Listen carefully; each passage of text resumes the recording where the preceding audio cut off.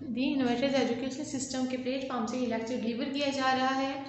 Lecture number 32, class 7, subject English, unit number 14। Our topic is all goes same, जिसका meaning है सब कुछ चलता है एक साथ। ये एक पोइम है जिसके पोइट हैं अली हुसनैन।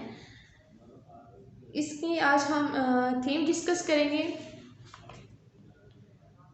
और जिसमें देखें अपनी बुक का पेज में 102 ओपन कर लें। This poem speaks out the sameness of all the human beings. This poem speaks यानी कि ये जो नज़्म है ये बात कर रही है किसके बारे में, अबाउट द सेमनेस यानी कि एक जैसे होने के बारे में, of all the human beings तमाम इंसानों के। This poem speaks about the sameness of all the human beings. ये नज़्म तमाम इंसानों के एक से होने की बात करती है। The colour of the blood, खून का रंग, ऑफ एवरी इंडिविजुअल, हर एक फर्द का इस सेम एक सा है। हर फर्द के खून का रंग एक सा है। वी ऑल आर इक्वल, हम सब बराबर हैं। बियॉन्ड एंड पर्सनल डिफरेंसेस, हम सब जाती इख्तिलाफात से परे बराबर हैं। नथिंग गोज डिफरेंट, कुछ भी मुख्तलिफ नहीं है, एक्सेप्ट सिवाय द आइडियाज, आइडियाज क्या हैं, नज़रियात, एंड द थॉट्स और हमारी सोच, प्रोसेसेस ऑफ द पीपल, लोगों के दरमियान। Nothing goes different except the ideas and the thought processes of the people, कुछ भी मुख्तलिफ नहीं होता सिवाय नज़रियात के या लोगों की सोच के, अमल के। इन दिस वे, इस तरह, we should not hate others, इस तरह हमें दूसरों से नफरत नहीं करनी चाहिए। वी शुड लव देम, हमें उनसे मोहब्बत करनी चाहिए। No matter whatever relation we are in with them, चाहे हमारा उनके साथ जो भी ताल्लुक़ है। In this way, we should not hate others, we should love them, no matter whatever relation we are in with them. इस लिहाज से हमें दूसरों से नफरत नहीं करनी चाहिए। इस बात से हट करके हमारे उनके साथ क्या ताल्लुकात हैं, हमें उनसे प्यार करना चाहिए।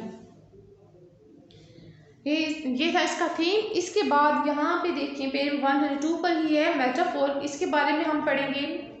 तो मेटाफोर आपको पता होना चाहिए कि क्या है। मेटाफोर एक ऐसा इज्जाए कलाम है, ठीक है, जिसमें हम क्या करते हैं, एक ही सिफ्त यानी कि एक ही खूबी को लेके किसी दो शख्स या दो चीज़ों के दरमियान हम उसका कंपेयर करते हैं यानी कि मुवाजना करते हैं। तो इसको देख लें। A metaphor is a figure of speech in which two different things are directly compared on the basis of a common quality.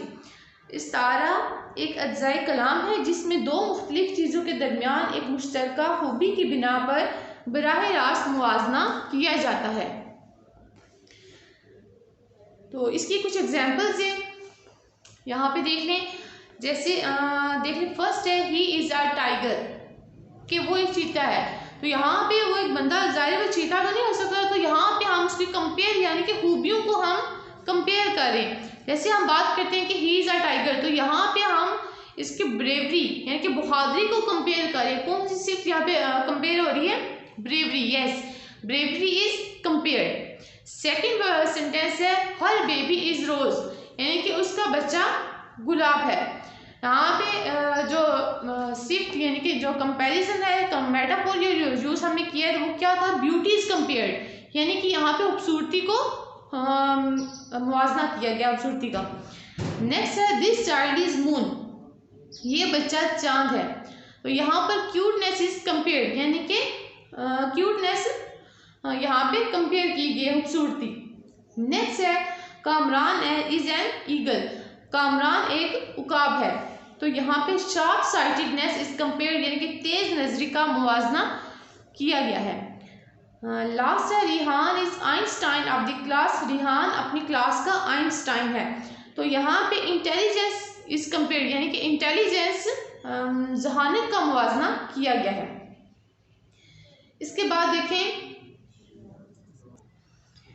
Next question है, pick up rhyming words from the poem and write them below.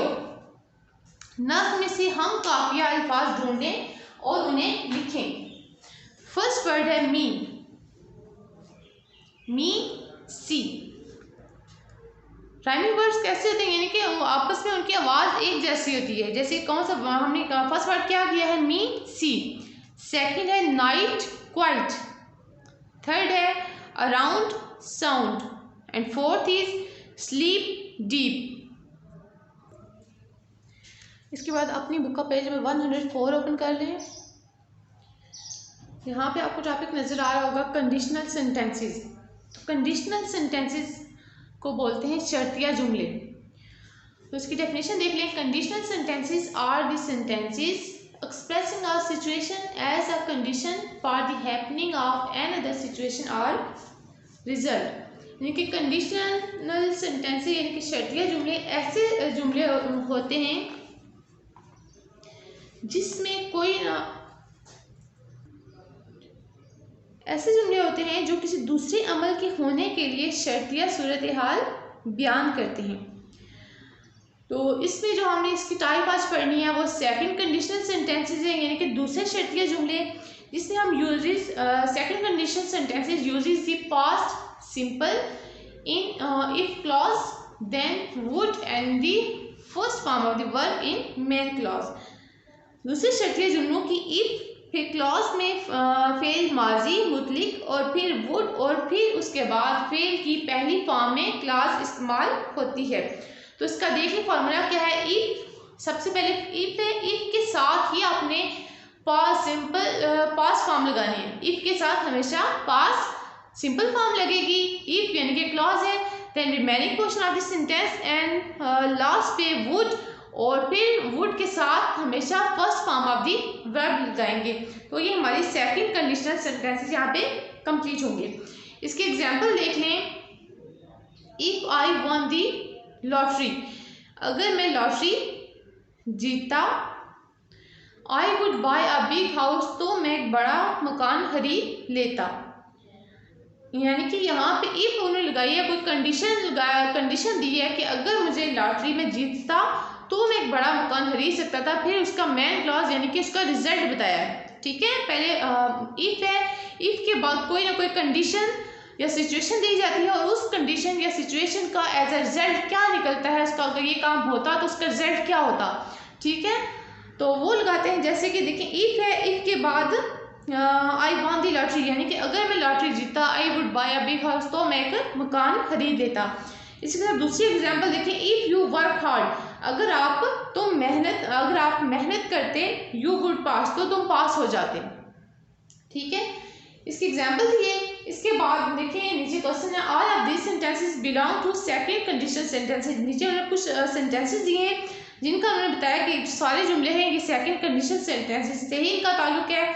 Choose the correct form of verb in each of the following, तो इसमें आपने correct form of the verb choose करनी है।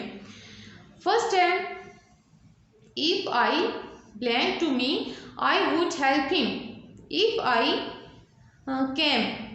ठीक है, if के बाद हमने क्या बोला था कि यहाँ पे हमने पास्ट सिंपल लगाना है। ठीक है, तो यहाँ पे क्या है, इफ ही कैम, अगर वो आता है टू मी मेरी तरफ, आई वुड हेल्प हिम, तो मैं उसकी मदद करता। सेकंड है if they football we would play cricket. If the word जो उन्होंने दिए हैं एमसीक्यू में प्लेइंग, प्लेड, प्ले और विल प्ले। तो यहाँ पे प्ले की सेकंड फॉर्म कौन सी है, प्लेड जी। If they played football we would play cricket, अगर वो फुटबॉल खेलेंगे तो हम क्रिकेट खेलेंगे। नेक्स्ट है if Aryan to the bed early I would not make him up. तो क्वेश्चन जो है ऑप्शन है gone, will go, go and went. यहाँ पे गो की सेकंड फॉर्म हमने चूज कर दी है, तो गो की सेकंड फॉर्म है वेंट जी। If Aryan went to the bed early, अगर आर्यन जल्दी बिस्तर पे जाता है, I would not make him up, तो उसको मैं जल्दी नहीं उठाऊंगी। If she taste food her mother would appreciate हर।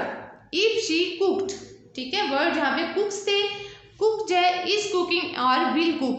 तो कुक की सेकेंड फॉर्म कुक्ड है, तो यहाँ ब्लैंक में आएगा cooked. If she cooked tasty food her mother would appreciate her.